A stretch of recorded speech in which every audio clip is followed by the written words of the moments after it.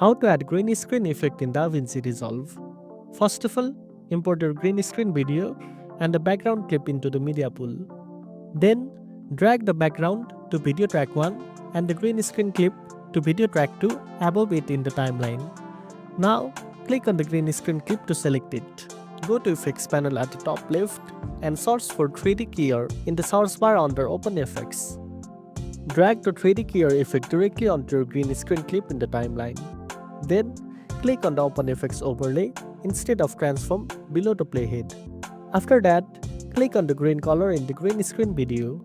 This will instantly remove the green screen and reveal the background clip underneath. If some green edges are still visible, or if the subject doesn't look clean, adjust the sliders for clean black, clean white, Despill, and other settings. Keep tweaking these sliders gently until the subjects look natural with smooth edges and no green leftovers.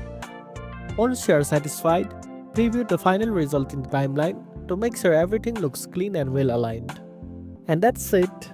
Now you know how to add green screen effect in DaVinci Resolve. If you found this video helpful, don't forget to like, share and subscribe for more tech tips.